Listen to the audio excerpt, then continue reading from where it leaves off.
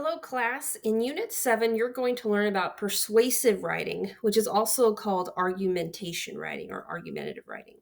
Now, when I use the word argumentation, and you'll probably hear me using it a lot, I don't mean like a shouting match between people where they're angry or insulting each other. In academic writing, the word argumentation means to just make a defense of something with reason and logic, or to be persuasive with your point, with evidence and support. Okay, so when we use the word argumentative for this unit, that's what we're meaning.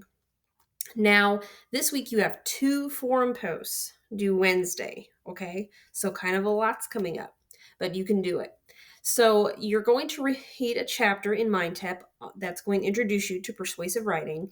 And then for the first forum, you will have a few additional readings that are going to explain why is persuasive writing important for Christians. Okay. And in that first forum post, that's what you're going to be explaining is why is learning this type of writing important for Christians and how can we make a defense of our faith?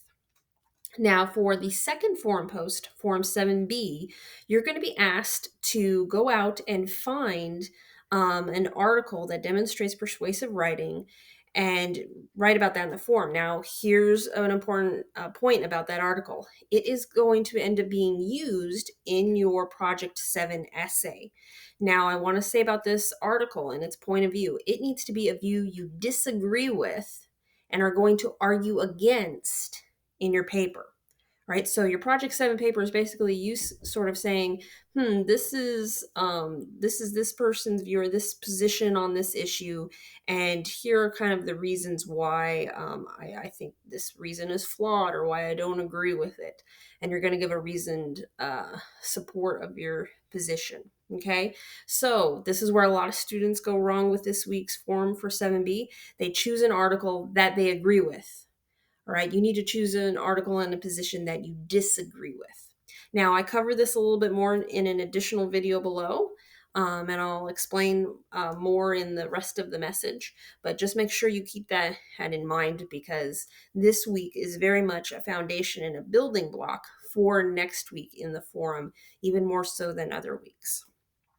All right, congratulations. You're making it to the end of this course. This is our last unit. We really only have like 2.5 more weeks to go. So, as usual, if you have any questions, get in touch with me. You do have kind of a lot to do by Wednesday, so I would go ahead and get started, get on that reading, and get those forum posts in.